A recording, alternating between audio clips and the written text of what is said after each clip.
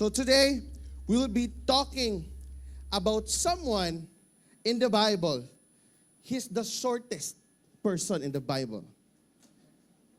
This guy is Nehemiah. Ne, joke lang. Wala na siya sa Bible. So this guy is Nehemiah. Simutan naman, ano shortest? Kita ganira, man good. No. It's just a joke. It's just a joke. So, we'll be talking about the life of Nehemiah. That's why the title of this message is Lead and Build, Life of a Champion. Say the person next to you, champion. Sabihin mo ulit sa katabi mo, champion ka. Ayan, so bakit siya naging champion? Why is Nehemiah considered a champion? So, our main verse or verses for today is found in, of course, in Nehemiah chapter 1, verses 1 to 11. So, wala na akong gibutang diha ang tanan na verses because it will be very long. But please, listen to the summary of the story. So, please read with me. So, for the story of Nehemiah, long ago, the people of Israel had been taken away into exile. Even some had returned to their homeland. Jerusalem was still in ruins. Its walls were broken and its gates burned with fire. Without walls, the people were vulnerable, disgraced, and living in fear. Far away in the Persian kingdom, a man named Nehemiah worked as the king's cupbearer. It was an important job. He tested the king's wine to make sure it was safe. No, in short, murag personal assistant siya sa king. One day, Nehemiah's brother came with the news from Jerusalem. The walls are broken down and the people are living in shame. This news broke Nehemiah's heart. He wept, fasted, and prayed to God. He confessed Israel's sins, remembered God's promises, and asked for help. Then, courageously, he asked the king for permission to return and rebuild the city. Amazingly, God gave Nehemiah favor with the king, who not only let him go, but also provided supplies and protection. When Nehemiah arrived in Jerusalem, he inspected the ruined walls at night. The next day, he gathered the people and said, "Come, let us rebuild the wall of Jerusalem, and we will no longer be in disgrace." The people replied, "Let us rise up and build." And so they began. Families, priests, goldsmiths, merchants, and even daughters are all joined in rebuilding different sections of the wall. But not everyone was happy. Enemies like Sanballat and Tobiah mocked and threatened them. They said, "What are these feeble Jews doing? Even a fox could break down their wall." Still, Nehemiah encouraged the people to keep working. Kumbaga, kaloko kaayo nga duha ka tawo sa ilahang ginabuhat. When the threats grew stronger, the builders worked with a tool in one hand and a sword in the other. Nehemiah prayed constantly and reminded them, "Our God will fight for us." The enemies tried to distract Nehemiah, sending messages to lure him away, but Nehemiah answered firmly, "I am doing a great work. It cannot come down." At last, say it with me, at last. This is the most exciting part. After just 52 days, the wall was finished. When their enemies saw it, they realized this was not man's doing. God had helped them. Jerusalem was secure again, and the people praised the Lord. Nehemiah had shown that with prayer, courage, and perseverance, God's people could overcome obstacles and rebuild what was broken. Nehemiah was not a prophet, a priest, or a king. He was a cupbearer, a servant in the Persian court. Yet God used him mightily to rebuild the broken walls of Jerusalem and restore hope to God's people. His story reminds us that anyone who is willing to trust and obey God can become a champion of faith.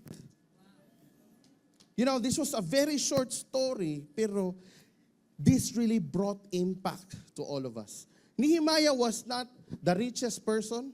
Nehemiah was not the most powerful person. In fact, he was a servant. Servant that is very, very excellent in doing his job.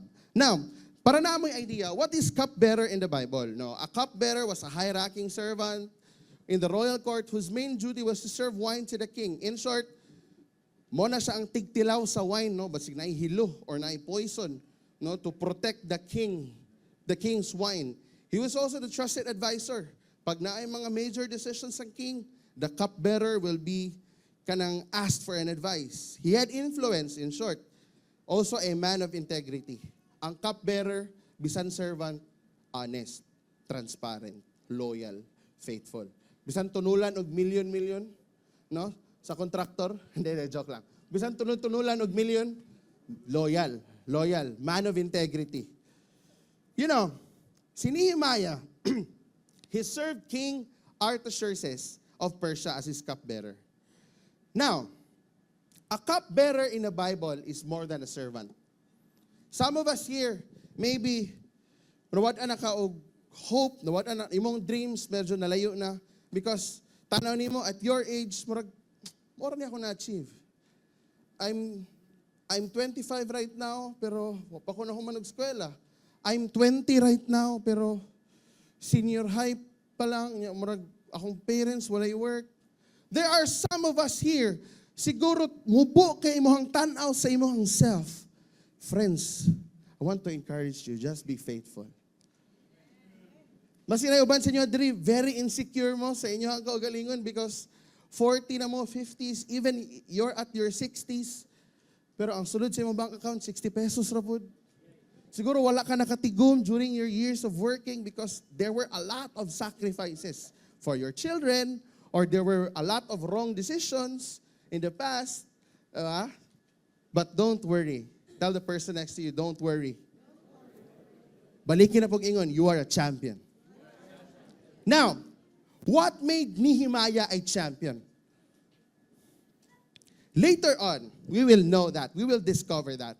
But I want you to know what it takes to be a champion. Number one, a champion prays before making a move. Inay mo katapad before ka mulihok pagampo. Come on, ingna. In Nehemiah chapter 1 verses 5 to 11, ang message ani, ang mensahe ani nga verses is that Nehemiah prayed before making any move. When the news broke down, gikan sa iyang brother, pag-ingon sa iyang brother, Tol, kung sabi saya pa, Tol, ang walls sa Jerusalem ba? Wala, nagibumbahan na, nabungkag na ang walls. Saan man na ito ni? Diba?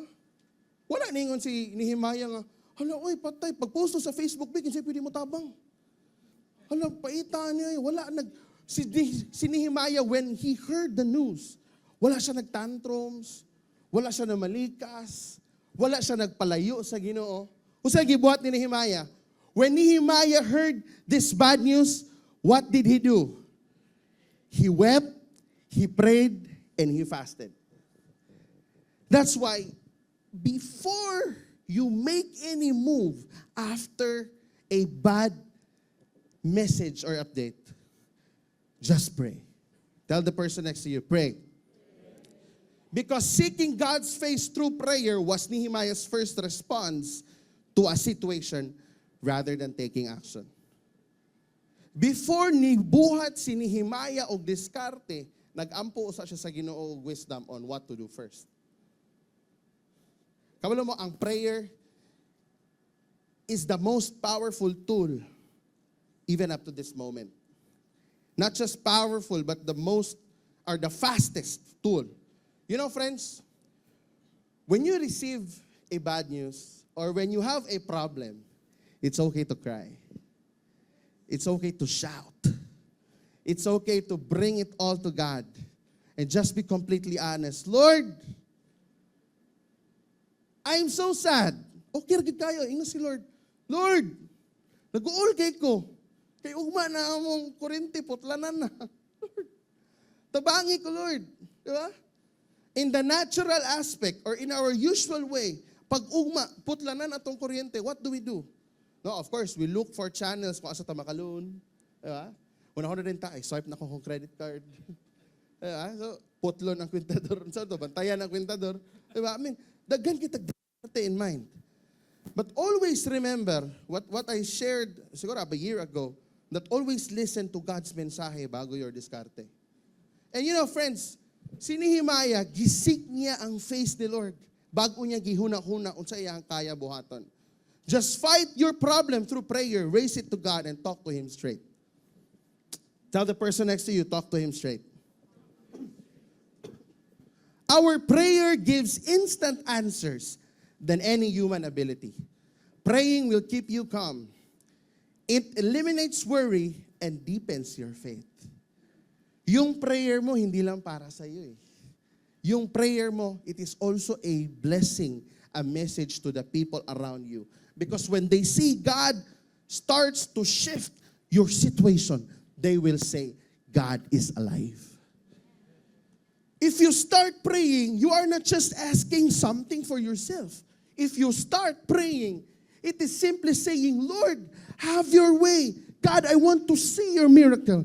Because Lord, kaning mga tao sa akong paligid, they will be encouraged. They will be enlightened that you are alive. Because I prayed. 4-letter word, just pray. Muna sikreto din ni Nehemiah diha. And you know, Nehemiah did not ignore the problem. Some of us, pag natay problema, itulog sa nato usahay. Palabyon sa nato, kay bisig muwa ra. Kaya pag mata nato, ay naday gihapon. Usahay pag yun, magdamgo-damgo ta nga. Diba, nakadaog-taog luto, kadaog tag raffle. There was once nga, na ako yung mga bayro nun ba? Bago lang, last month. Chat ko kay Tatch, damgo ko ba? Gitagaan ko ni mag 20 million. Kalata. Anak ko, pag mata na ako, ay damgo ra di ay. My God. So, anyway, ako una-una ito mo, ato ko National Bookstore, mapalit ko Volt. Hinagdam ko good ko, kita ko 20 million. Pero dam ko rin ay. Pero malay mo. Diba? So, Nehemiah did not ignore your problem. Ini mo katapat, ayaw talikuri ang problema. Ato ba nga? Ato ba nga? In this challenging world, let us focus on what we can control. For those things that we cannot control, surrender it to God. And there's one thing I really learned about in this life, no, sukad, especially itong naminyo na ko, when we really started to have our own lives, we just need to let go of what you cannot control. If you want to lessen your stress, no, give God everything that you cannot control. But for those things that you can control, like praying about it, gawin mo yun. You know, there's a wonderful product or fruit or resulta when Nehemiah prayed. Gusto mo makabalo? Nindot kayo ang resulta. Pag start ni Nehemiah ampo, nindot kayo ang resulta.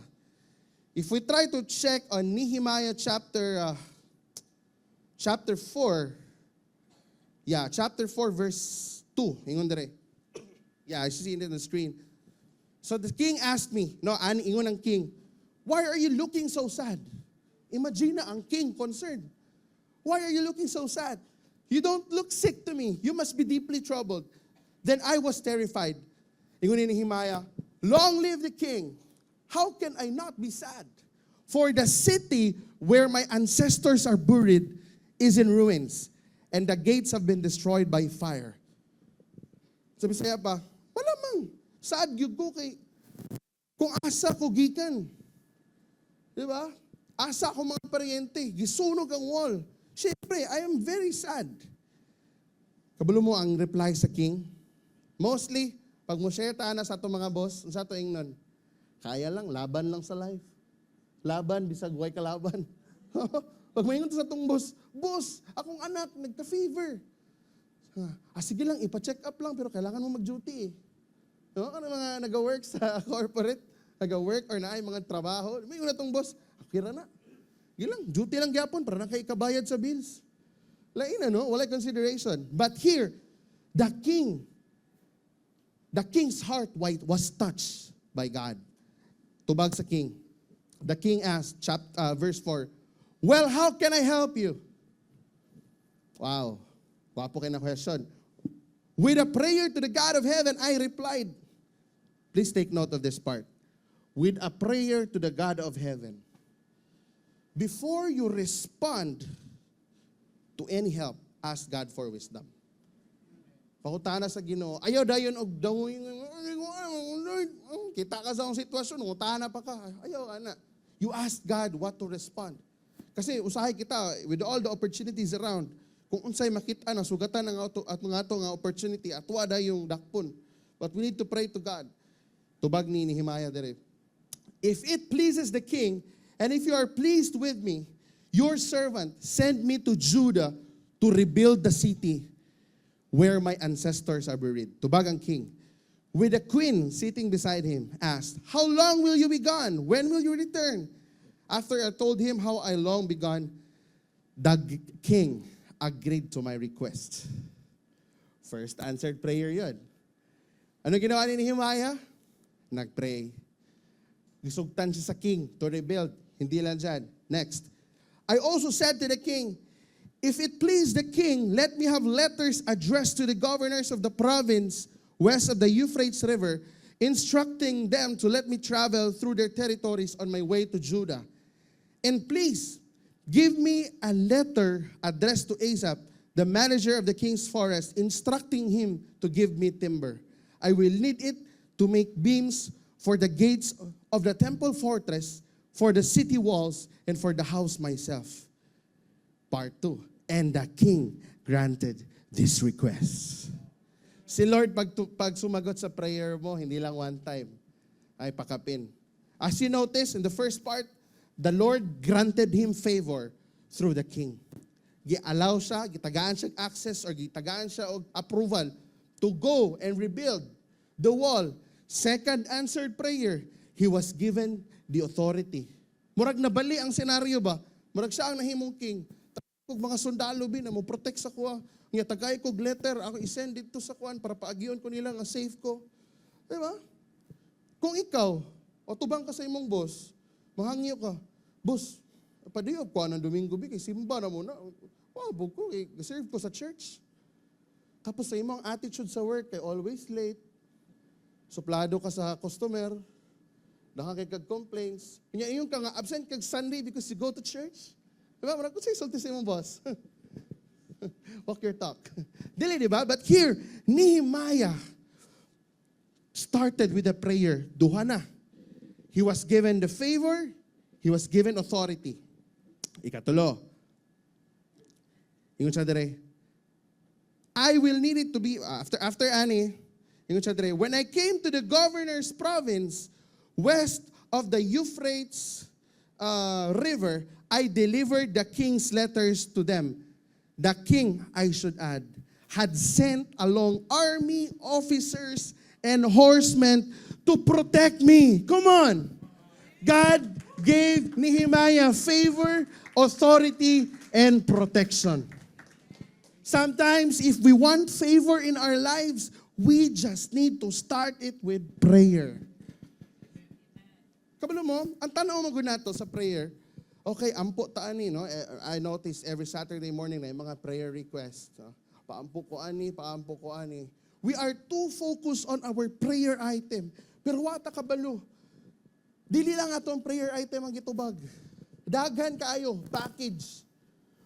When we put God as our priority through prayer, a lot of things can happen. Because prayer, aside that it is the fastest tool, prayer avoids delay, prayer avoids wasted efforts, and prayer avoids missed opportunities. Nga naman, prayer saves time. Instead na mo diskarte ka, instead na mo buhat ka sa imong diskarte, it will really take a lot of time, effort, patience. But when you pray, God starts to move, and you just start to see the miracle happening in your life. That's why you avoid delays. You avoid missed opportunities. Kasi grabe mong diskarte, lihok ka, left and right. Ang ending, kapoy ka, discouraged. Because hindi mo na-meet yung gusto mo eh. But when you pray, you will just start to see God move differently in your life. That's why very important to really pray. Because God will reward our humility with His favor, authority, and protection when we pray and give Him control over our circumstances. That's why, friends, I want to tell you today, stop controlling the things that you cannot. Very important. Alam mo, hindi mo na kayang kontrolin, huwag mo na kontrolin. Mag-pray ka. I don't say mag-pray ka na lang because that is not our last option. We can always pray even before the damage takes place. What am I trying to say? Let's proactively pray. Let's not treat prayer like a bandage to stop the wound from bleeding. We can pray before a wound starts bleeding. At sa mga pasabot na, pwede ta magampo para malikayan ang problema sa kinabuhi. Di na nato hulaton ang problema bago ta magampo. Right? So here, true champions see brokenness differently and say, Lord, kaya na ako ni, kay kabalo ko, di ko ni mo biyaan. And I want you to say this with me today. Lord, come on. Kaya na to ni. Kay kabalo ko, di ko ni mo biyaan. Come on, palapakan natin si Lord. And the application for this, prayer must come before planning and making any major decision. Maybe you're seated right now in your place, kung naa kay buhaton nga very important decision. Before making it to the next step, ask yourself, Lord, if tapad ka na ako karon muntaga, sugot ka kani? No? Lord, mahimaya ka ni, malipay kaya ka Lord sa akong decision. There's a job that's been offered to you. Kunya ka na nga job will enable you to miss church or mapalayo ka sa Ginoo. You don't need to ask God for it. Hindi na kay Lord yun. Anything that keeps you away from God is not from God. Number 2. Kanina, point 1, champion prays before making a move. Number 2, a champion leads with vision and unites people. In Nehemiah chapter 2, verse 17 to 18, it says here, Then I said to them, You see the trouble that we are in? Jerusalem lies in ruins, and its gates have been burned with fire. Come, let us rebuild the wall of Jerusalem, and we will no longer be in disgrace. I also told them about the gracious hand of my God and what the king has said to me. They replied, Let us start rebuilding. So they began this work.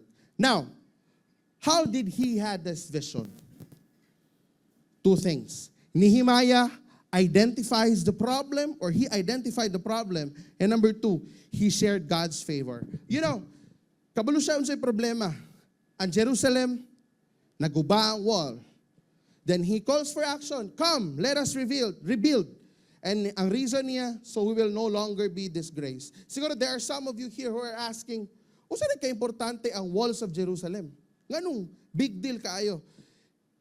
In the ancient world, a city without walls was seen as weak, vulnerable, or dishonored. In short, madaling atakihin, madaling sirain, madaling, i-destroy. The disgrace was not just something simple. It was a spiritual thing. Because Jerusalem represented God's people and God's name. That's why. Now, ano important ang walls of Jerusalem? That was the answer. Now, alam ni Nehemiah ang problema. When he started to rebuild, he's inviting people to join him. He saw the vision, he saw the burden, nakita niya, uy, mo ning problema, tara, sugda na to. Wala ningon si Nehemiah. Kita na niya ang problema? Sige na, pagpanday mo dito, palit ng materialis, larga na mo, pagdali mo. Para dito maabtan. No. Ingon niya, come, let us rebuild. Number 2, Nehemiah shares God's favor. Ingon there is a verse, di ba? I also told them about the gracious hand of my God and what the king has said to me. What made them united? Ang testimony sa kamaayon ni Lord o ang pabor na gihatag sa iya sa king. And the people started to agree with him. And the people started to believe that this man is a very credible man. 5 kagituhan ka sa king. Diba? The gracious hand of God and the king's support are 2 things, big things, very enough to really people be united. Because, the people responded with unity and faith. Yung sila, di ba? Okay, let's start rebuilding. And that's the start of their restoration as well. Sometimes, friends, ginatagaan ta sa opportunity, ginatagaan ta sa Ginoo opportunity to share our testimonies. When we are given the opportunity to share the testimony, our testimonies, ibigay mo na, itodo mo na. Because what kabalo? It will give a big impact to the people around you. Here, nag-start sila, naging united when Nehemiah shared the story. Because I want to remind you today that if you want to be a champion, if you want to be a true champion, you just don't point out problems. You offer a hope and a plan. Hindi pwedeng, okay, champion ka, pero nakita mo, Okay, mo ning problema. Sige, pagsugod na mo. Pwede. You offer a hope and a plan. That's why ako maglagot. Na ako yung mga tao pangutan na, unsay problema? Anong hinay atong kuha ron? Ay, lagi kayo. Lisod lagi kayo. Kaya mga tao, di na ganahag credit card. Na sila, kaya dagan na daw sila credit card. Unya sa itong button. Ambot. Raise kag problema, mag-raise kag solusyon. Muna kita, when we cry out to God, let us not just give God our concerns. Let's offer Him our desires. Let's offer Him what we think is the best thing because it is where He will start to grant us favor. Diba? There is a hope and a plan. Hindi mo katapa, there is a hope and a plan. Point 3, a champion overcomes opposition. Sa Bisaya pa, ang usa ka champion, kinaon na niyang problema. Right? Ang usa ka champion, walay usa ka champion nga nagsugod, pagsugod niya, champion din siya. Wala. In fact, there was a team in NBA nga for how many years, wala gid sila nag-champion. But one day, naging champion sila. All champions started from the scratch because they have this desire to overcome. Tanungin mo katabi mo, may desire ka ba to overcome? Come on. Because if we will not have the desire to overcome opposition, we will always be staying in the same place for many years. Ingon diri sa Nehemiah 4 verse 14 to 17, then I looked over the situation. I called together the nobles and the rest of the people and said to them, don't be afraid of the enemy. Hindi mo katapa, don't be afraid. Kalaban lang yan. Right? Remember the Lord who is great and glorious and fight for your brothers, your sons, your daughters, your wives, and your homes. When our enemies heard that when we knew their plans and that God has frustrated them, we all turned our work on the wall. But from then on, only half of my men worked, while the other half stood guard with spears, shields, bows, coats of mail. The leaders stationed themselves behind people of Judah who were building the wall. The laborers carried on their work with one hand supporting their load and one hand holding their weapon. During our journey, sa proseso nato, kay gusto ta maging successful, we want to overcome opposition, naging na mga tao nga magsamok-samok. Right? Seryoso ka na eh. Seryoso ka na sa journey mo, weight loss journey. Yun na kay amigo manawag, huy, gakrave ko kuan ba? Mga tabi.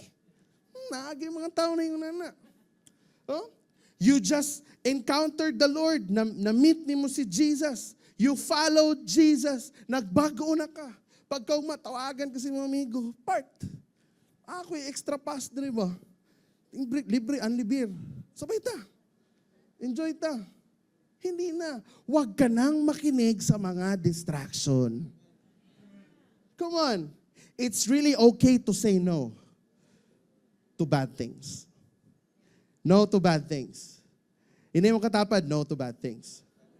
Si Sanballat and Tobiah mocked, threatened, and plotted against Nehemiah. Maybe there are some of you here that you are on your journey to success and even some of your friends don't believe in you because of your capacity. Si Sanballat and si Tobiah, was sila nito kay Nehemiah. Kaper lang na, servant lang na, paunsa na niya ma-rebuild. May uban sa to mga amigo, kaluko kay Stoa. Pero ayaw mo paminaw na nila. They are your Sanballat and your Tobiah. Si Sanballat and si Tobiah, sige silag send og mensahe. Stoy, unsa man na dali ra kina mabungkag inyong gibuhat. Ano na, ayun na mo undangin na ninyo. But what did Nehemiah do? He prayed, he stayed focused and refused distractions. How to stay focused? Refuse distractions.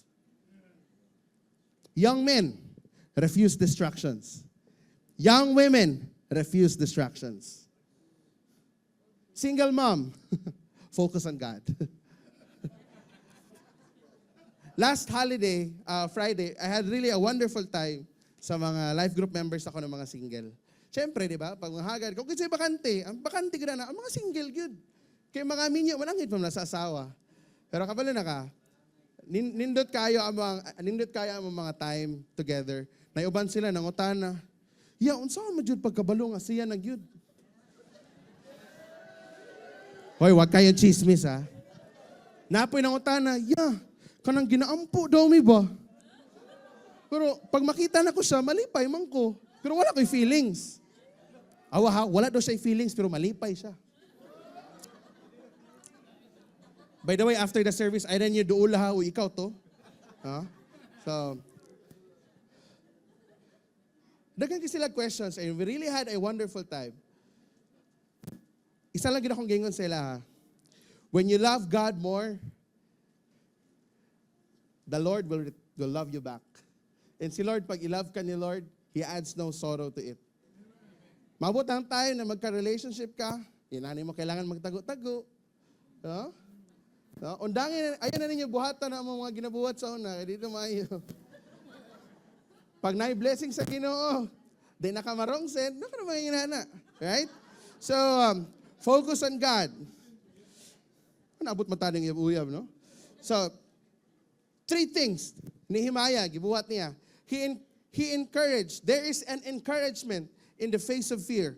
Nehemiah addressed the people's fear of the enemies. Ingon niya diri, do not be afraid. Focus, padayon og duk-duk sa martilyo. His reason, remember the Lord who is great and awesome. Remember the Lord who is great and awesome. Remember the Lord because it is He who will finish what He has started in you. Siguro karon, you are very doubtful of your career. Na siguro uban sa inyo, it's really a slow start sa inyong career. Dugay na ka sa kumpanya, wala ka na promote, wala kay salary increase. Friends, let me remind you, remember God who is great and awesome. He sees your heart. He sees what you are doing. Just stay faithful. Hindi siya nawala sa focus. Also, there is a balanced strategy. Si Nehemiah, morning nindot, when you fight a battle, ayun ang sige pangsagang. Sila kagdepensa, sige kagdepensa, wala kay atake. Hindi enough yun. Nehemiah was very balanced. Nehemiah combines faith and wisdom. Hindi pwede nga, sige kagampo, Lord, palig-una akong pagtuo. Pero sige po kagkatulog. Hindi pwede yun. Lord, I want to be successful in life. But your life starts at 1 p.m. Kaya tingkadlaon ka matog. Excuse for those who are working online, no? Of course, mo na ang ilang time zone. But for those nga, Lord, I want you to give me an opportunity, Lord, na maka-work, Ginoo. Buta na to, fresh graduate ka. No, nothing against the Gen Zs, no? Pero, Lord, I want an opportunity. Dapat yung uban, kuya kayo mag-request. What is your expected salary? 40,000 po. Pag-shoot sa interview. Anyway, hindi ganun. It doesn't work that way. There should be faith and wisdom. So paano yun? Half of the men built the wall while the other half guarded with weapons. Importante, may plano, may action. May faith, may wisdom. 17, verse 17. Working with sword and trowel. No? Trowel, dili ka ng face trowel. Lain na siya. Builders carried materials with one hand holding a weapon and the other hand working. So imagine na, kamuro sila duk-duk sa wall to rebuild. Ang isa, gunitog sword. Kanay mo, samuk-samuk, anaon, samuk-samuk. Mona, in your journey, if you want to overcome opposition, there should always be defense and offense. Hindi pwedeng puro depensa ka lang. Gusto mo matalo yung enemy? Gusto mo nga mapildi nimo ang mga attack sa demonyo? Ayaw lang po, sige kaampo og protection. Laban. Dili laban nga manakit po ka, but start declaring positive things in your life, but that, Lord, I will win this war. This battle is not mine, this is yours. Ingon na ba, pangisog. Ay, pag binayot, pangisog. Trusting God doesn't mean neglecting responsibility. Faith works with planning. In fact, God's people must be prepared to both build the kingdom and defend against spiritual attack. If you want to overcome opposition, if you want to defeat your enemies, if you want to come out as a winner, you have to build God's kingdom while defending yourself against any attack. Dagan kayo sa tuwa, Dre, we want to serve the Lord, we want to follow Jesus. Pero pag biklon ka, mabadlungan ka, matudloan ka, gamayag heart, left the group. I really appreciate all our ministry heads here in the church. Palakpakan naman natin sila.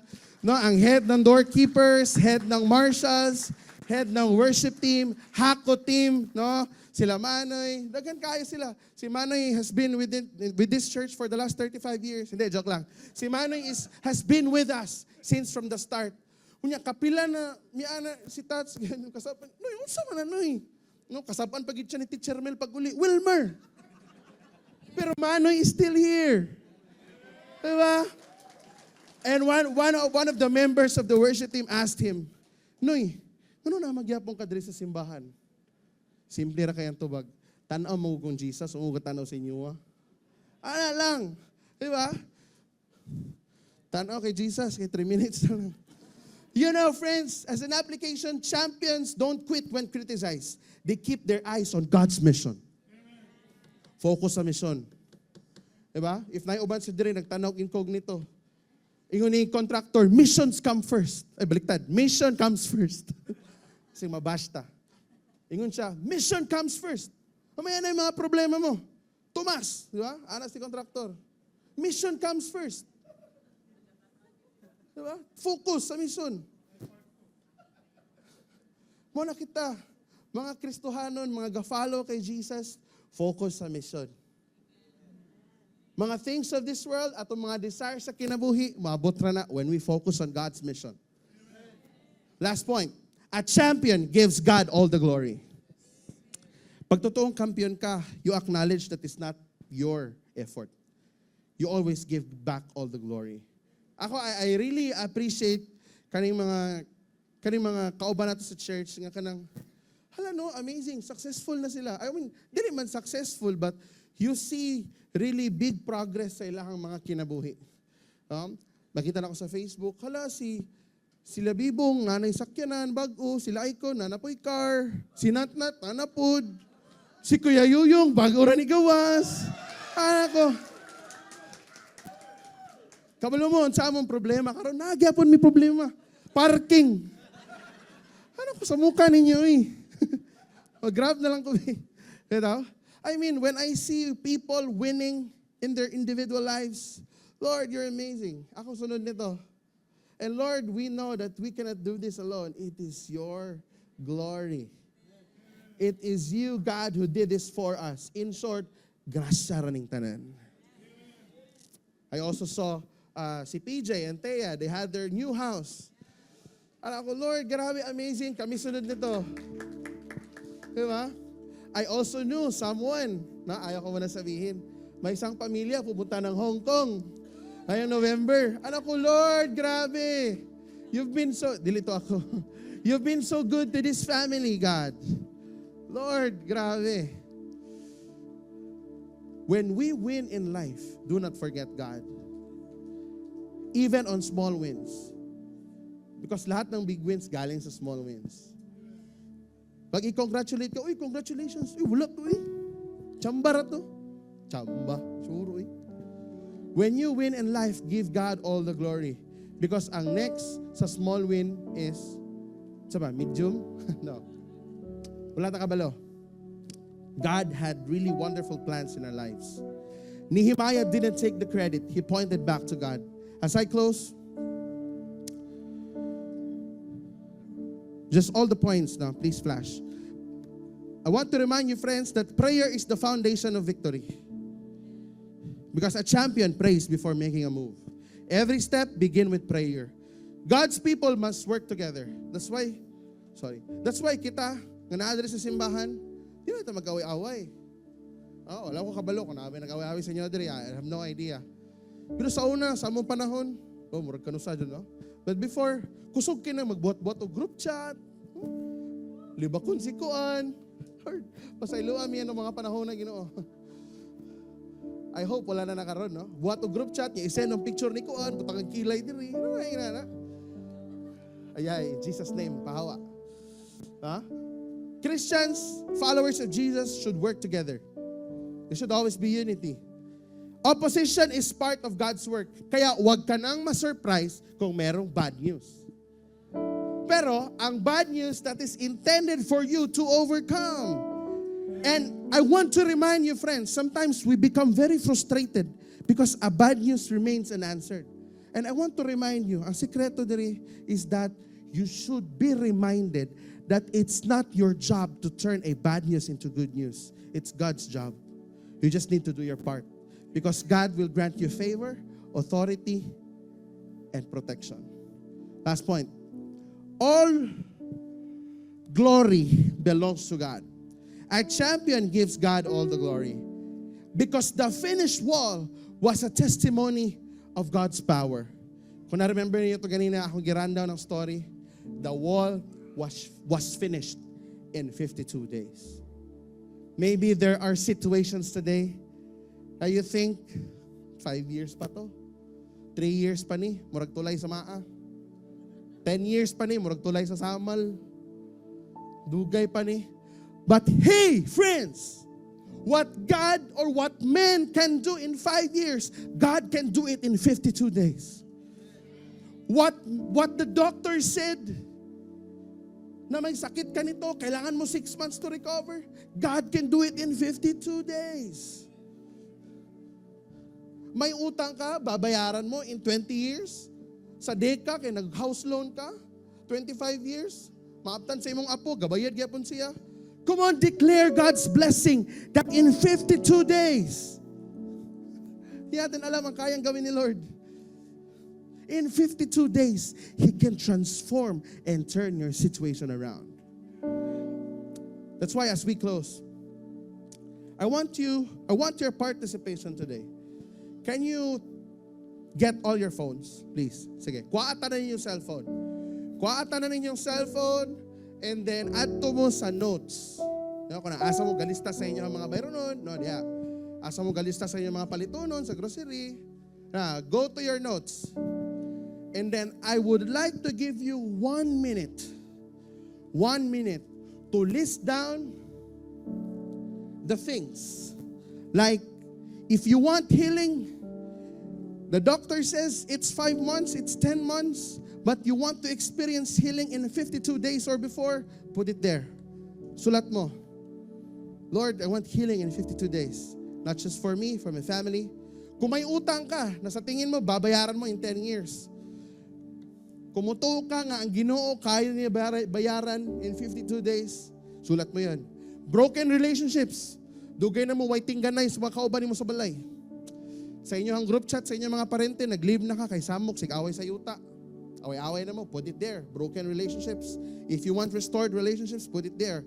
Delayed desires. When I say delayed desires, patagal ka nang gusto ma-promote. Gusto mo ma-promote. Pero ang daming politika sa loob ng kumpanya, put it there. Gusto mo ng kotse, pero ang meron pa lang sa'yo ngayon, kutsilyo. Lord, I want a car. Lagay mo dun. Opportunities. If you're waiting for a perfect job, not a perfect, but a right job for you right now, put it there. Because again, what God can do in 5 to 10 years, what man can do, in 5 to 10 years, God can do it in 52 days. Alright? So after ninyo isulat diha tanan, let us make a commitment to pray about it daily. Because it is very important that while we pray, we work it out, because faith without accountability is a delayed blessing. Okay? And you know, kailan yung 52nd day? It will be on October 14, 2025. So, aabangan natin yun. Pwedeng on the day, pwedeng before. Right? Pwede yun. Let's bind our faith together. Right? So, I'd like to give you last 30 seconds to write it down. Todo nyo na.